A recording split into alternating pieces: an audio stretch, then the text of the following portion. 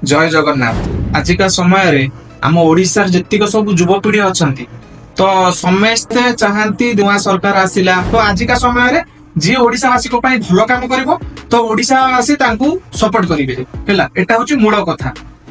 जेते भी ओडिशा नागरिक अछंती समस्ते चाहती हमहु किछि ना किछि ए सरकार ठारू लाभ मिलू। तो सब क्षेत्र रे ओडिशा बे प्रधानमंत्री नरेंद्र मोदी से कहचंती ओडिशा हमर गुजरात रो डेवलपमेंट आपण माने एबेका टाइम रे जदी देखिबे टॉप 1 रे अछि। राजनीति जे कोनसे राजनेता एठी के आसीबो जदी भलो काम कला हमें ताकू बहुत मात्रा सपोर्ट करिबा। प्रधानमंत्री को वीडियोटा टिक आपण माने देखंतु बहुत किछि जिंस शिक्षा को मिलिबो। आ ओडिशा रे मु भाबुची बोधे बहुत कम दिन भीतर ओडिशा वासी माने हमें जो दादन कोटिया को बाहर को आछे हम ओडिशा रे ही जॉब पाया भलो भलो चाकरी पाया। किंतु ओडिशा गोटा एमिति का राज्य देखो नदी अच्छी झरणा अच्छी समुद्र अच्छी हैला माने भलो भलो टूरिस्ट प्लेस भी अच्छी खणी खादान सब अच्छी एमिति किछि जिंस नाही ओडिशा रे तमे पाइबनी। कहूची ओडिशा आउ 2 वर्ष भीतर नंबर 1 है कि देखाइबो। जय जगन्नाथ। कार्यक्रम में उपस्थित ओडिशा के गवर्नर श्री हरि बाबू, यहाँ के लोकप्रिय मुख्यमंत्री श्री मोहन चरण मांझी जी, केंद्रीय मंत्रिमंडल के मेरे साथी मंत्रीगण, ओडिशा सरकार के मंत्री, सांसदगण, विधायकगण, उद्योग और व्यापार जगत के प्रमुख उद्यमी साथी, देश और दुनिया के इन्वेस्टर्स और ओडिशा के मेरे प्यारे भाई और बहनों, जनवरी महीने में यानी 2025 के प्रारंभ में ही ओडिशा का ये मेरा दूसरा दौरा है। कुछ दिन पहले ही मैं यहाँ प्रवासी भारतीय दिवस के आयोजन का हिस्सा बना था। अब आज यहाँ उत्कर्ष ओडिशा कॉन्क्लेव में आपके बीच आया हूं। मुझे बताया गया है कि ये ओडिशा में अब तक की सबसे बड़ी बिजनेस समिट है।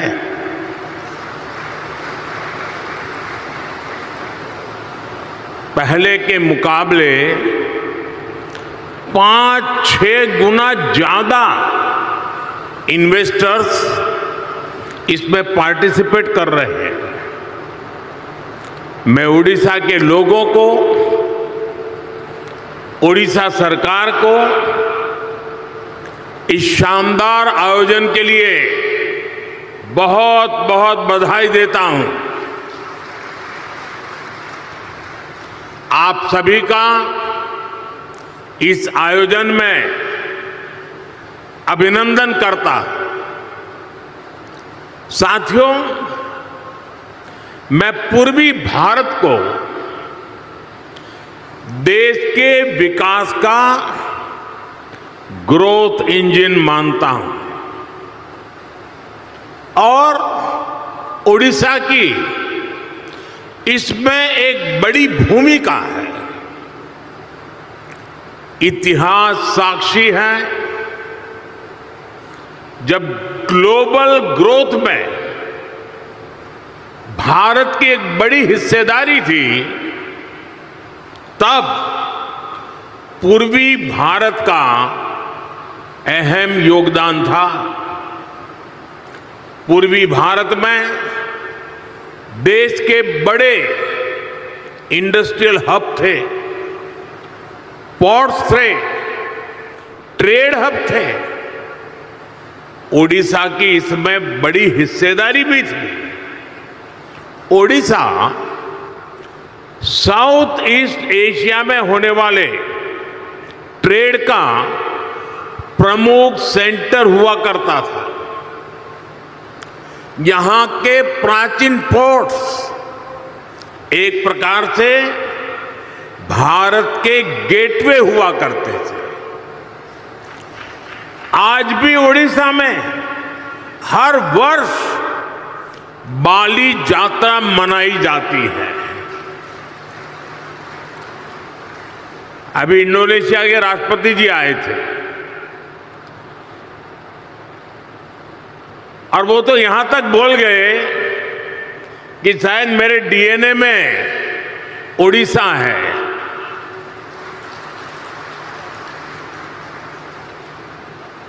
साथियों, ये ओडिशा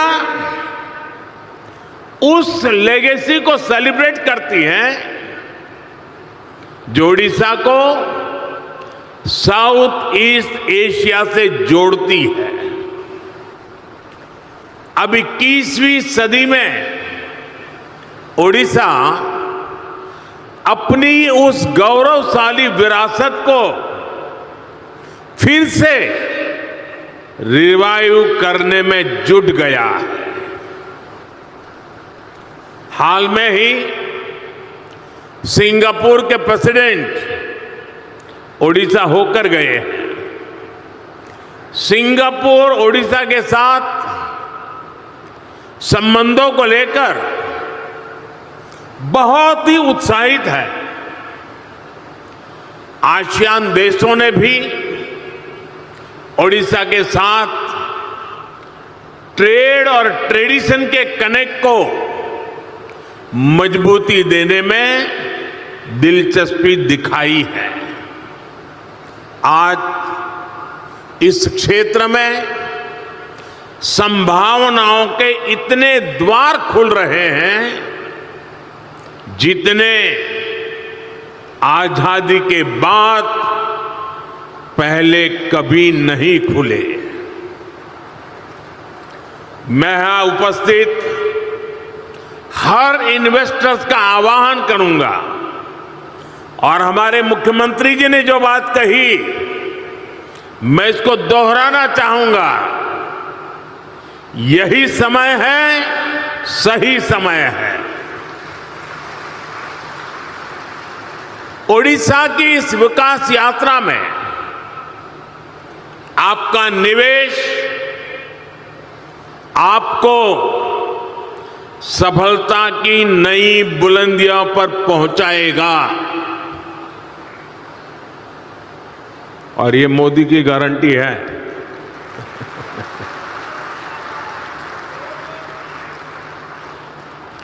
साथियों, आज भारत विकास के ऐसे पथ पर चल रहा है जिसको करोड़ों लोगों की एस्पिरेशंस ड्राइव कर रही है।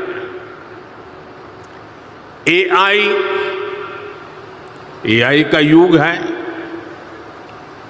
आर्टिफिशियल इंटेलिजेंस ही इसकी चर्चा है, लेकिन भारत के लिए तो एआई सिर्फ नहीं, एस्पिरेशन ऑफ इंडिया हमारी ताकत है। और एस्पिरेशन तब बढ़ती है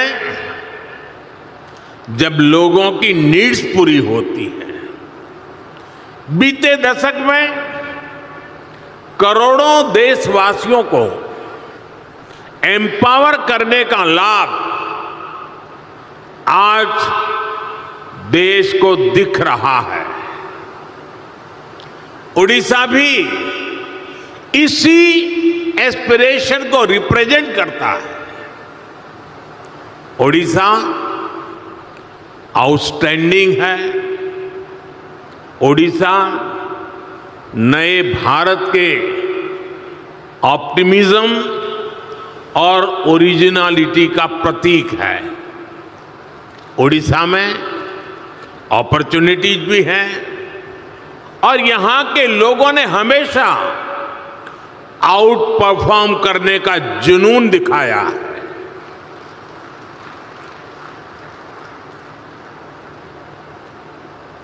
मैंने गुजरात में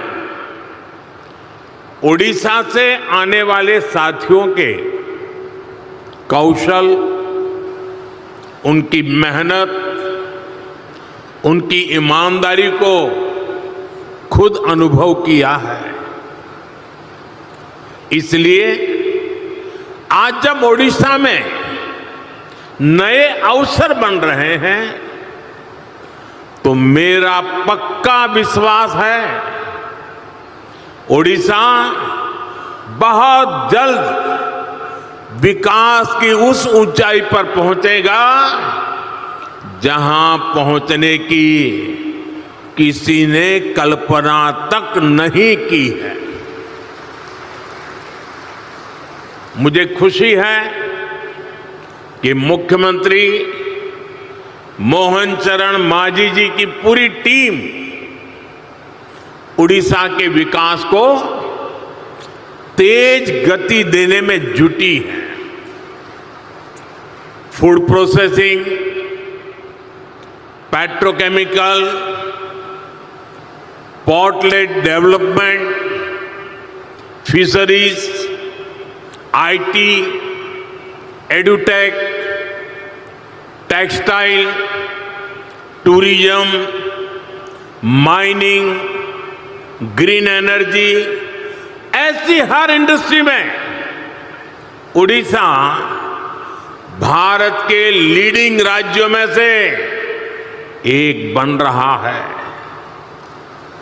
साथियों, भारत आज बहुत तेज गति से दुनिया की तीसरी बड़ी इकोनॉमी बनने की तरफ आगे बढ़ रहा है। $5 ट्रिलियन इकोनॉमी का पड़ाव भी अब ज्यादा दूर नहीं है। बीते दशक में मैन्युफैक्चरिंग में भी भारत की ताकत सामने आने लगी है।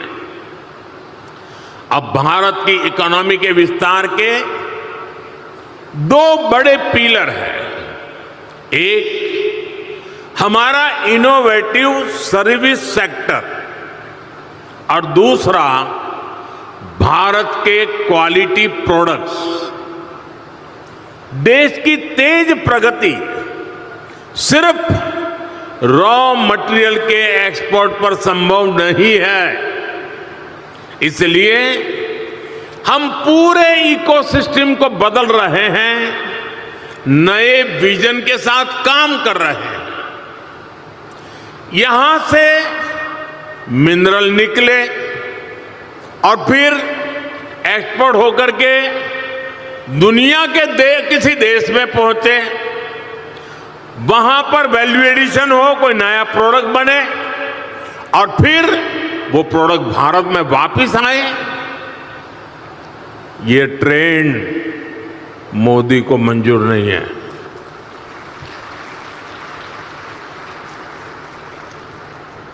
इस ट्रेंड को अब भारत बदल रहा है। यहां के समंदर से सी फूड निकले और फिर दुनिया के किसी दूसरे देश में वो प्रोसेस होकर बाजारों में पहुंचे। ये ट्रेंड भी भारत बदल रहा है। ओडिशा में जो रिसोर्सेज हैं उससे जुड़ी इंडस्ट्रीज भी यहीं लगे। इस दिशा में हमारी सरकार काम कर रही है। आज का ये उत्कर्ष ओडिशा कॉन्क्लेव भी इसी विजन को साकार करने का एक माध्यम है। साथियों, आज दुनिया सस्टेनेबल लाइफस्टाइल की बात कर रही है, ग्रीन फ्यूचर की तरफ बढ़ रही है। आज ग्रीन जॉब की संभावनाएं भी बहुत बढ़ रही है। हमें समय की जरूरतों और डिमांड के हिसाब से खुद को बदलना है, उसके हिसाब से ढालना है। इसी सोच के साथ ही भारत ग्रीन फ्यूचर पर, ग्रीन टेक पर इतना फोकस कर रहा है। सोलर हो, विंड हो, हाइड्रो हो, ग्रीन हाइड्रोजन हो, ये विकसित भारत की एनर्जी सिक्योरिटी को पावर करने वाले हैं। इसके लिए उड़ीसा में बहुत सारी संभावनाएं हैं। आज देश में हमने राष्ट्रीय स्तर पर ग्रीन हाइड्रोजन मिशन और सोलर पावर मिशन शुरू किए हैं। उड़ीसा में भी रिन्यूएबल एनर्जी से जुड़ी इंडस्ट्री को प्रमोट करने के लिए बड़े पॉलिसी डिसीजंस हो रहे हैं। हाइड्रोजन एनर्जी के प्रोडक्शन के लिए भी यहां काफी सारे कदम उठाए जा रहे हैं। साथियों, ग्रीन एनर्जी के साथ साथ उड़ीसा में पेट्रो और पेट्रोकेमिकल सेक्टर के विस्तार के लिए भी इनिशिएटिव लिए जा रहे हैं। पारादीप और गोपालपुर में डेडिकेटेड इंडस्ट्रियल पार्क्स और इन्वेस्टमेंट रीजन्स बन रहे हैं। इस सेक्टर में भी इन्वेस्टमेंट के लिए बहुत अधिक संभावनाएं हैं। मैं उड़ीसा सरकार को बधाई दूंगा कि उड़ीसा के अलग अलग रीजन की संभावनाओं को देखते हुए वो तेजी से निर्णय ले रही है, नया इकोसिस्टम विकसित कर रही है। साथियों, 21वीं सदी के भारत के लिए ये दौर कनेक्टेड इंफ्रास्ट्रक्चर का है, मल्टी मॉडल कनेक्टिविटी का है। जिस स्केल पर, जिस स्पीड से भारत में आज स्पेशलाइज्ड इंफ्रास्ट्रक्चर का निर्माण हो रहा है, वो भारत को इन्वेस्टमेंट का शानदार डेस्टिनेशन बना रहा है। डेडिकेटेड फ्रेट कॉरिडोर से ईस्ट और वेस्ट की कोस्टलाइन को कनेक्ट किया जा रहा है। देश का एक बड़ा हिस्सा जो लैंडलॉक था, उसको भी अब समंदर तक तेज एक्सप्रेस से मिलने लगी है, तेज एक्सेस मिलने लगी है। आज देश में दर्जनों ऐसे इंडस्ट्रियल शहरों का निर्माण किया जा रहा है जो प्लग एंड प्ले सुविधाओं से लैस होंगे। उड़ीसा में भी ऐसी ही संभावनाओं को बढ़ाया जा रहा है। यहां रेलवे और हाईवे नेटवर्क से जुड़े हजारों करोड़ रुपए के प्रोजेक्ट चल रहे हैं।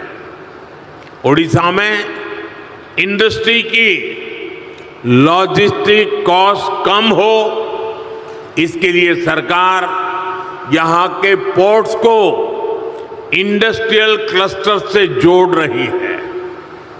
यहां पुराने पोर्ट्स का विस्तार के साथ ही नए पोर्ट भी बनाए जा रहे हैं। यानी उड़ीसा ब्लू इकोनॉमी के मामले में भी देश के टॉप के राज्यों में शामिल होने वाला है। साथियों, सरकार के इन प्रयासों के बीच मेरा आप सभी से कुछ आग्रह भी है। आप तेजी से बदलती दुनिया में ग्लोबल सप्लाई चेन से जुड़ी चुनौतियों को देख रहे हैं।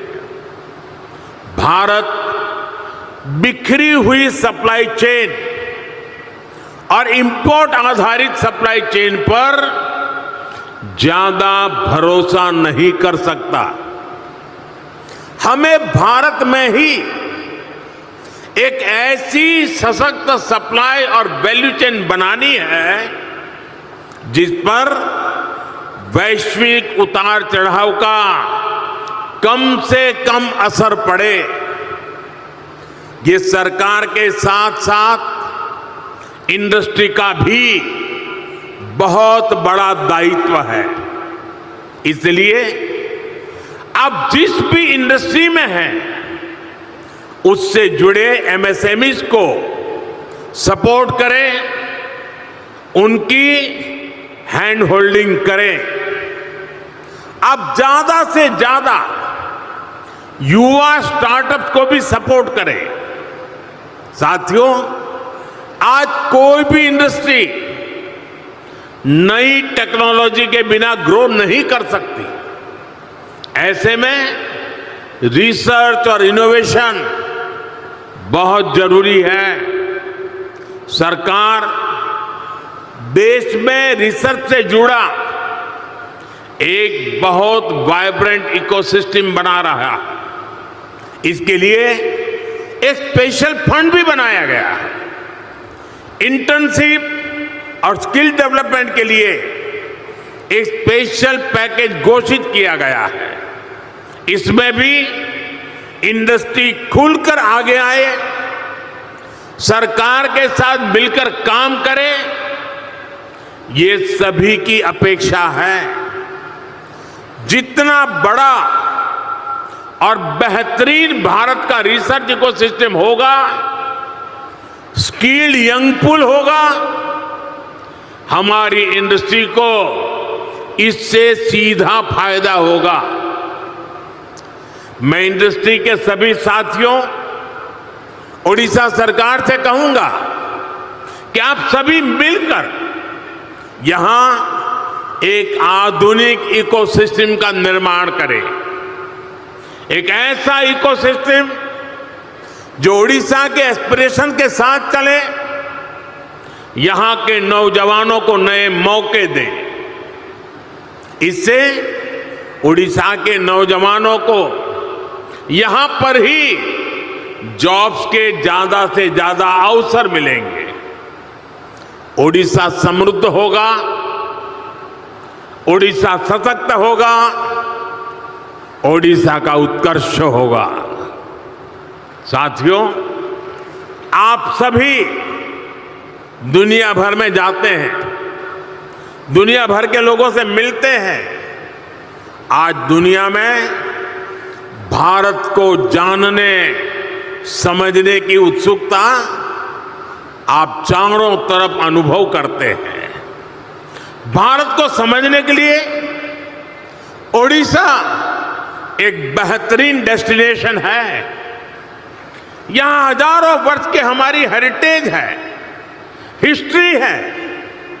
आस्था, आध्यात्म, घने जंगल, पहाड़, समंदर, हर चीज के दर्शन एक ही जगह पर होते हैं। ये राज्य विकास और विरासत का अद्भुत मॉडल है। इसी भाव के साथ ही हमने G20 के कल्चर से जुड़े इवेंट उड़ीसा में रखे थे। कोणार्क सन टेम्पल के चक्र को हमने G20 के मेन इवेंट का हिस्सा बनाया था। उत्कर्ष ओडिशा में हमें ओडिशा के इस टूरिज्म पोटेंशियल को भी एक्सप्लोर करना है। यहां की 500 किलोमीटर से लंबी कोस्टलाइन, 33% से ज्यादा का forest cover, eco tourism, adventure tourism की अनंत संभावनाएं आपका इंतजार कर रही है।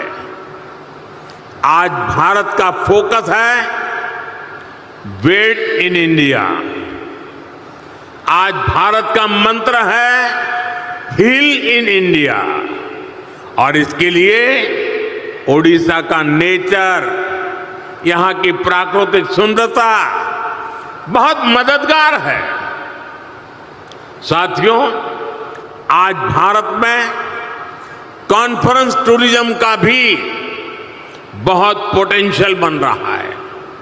दिल्ली में भारत मंडपम और यशोभूमि जैसे वेन्यू, इसके बड़े सेंटर बन रहे हैं।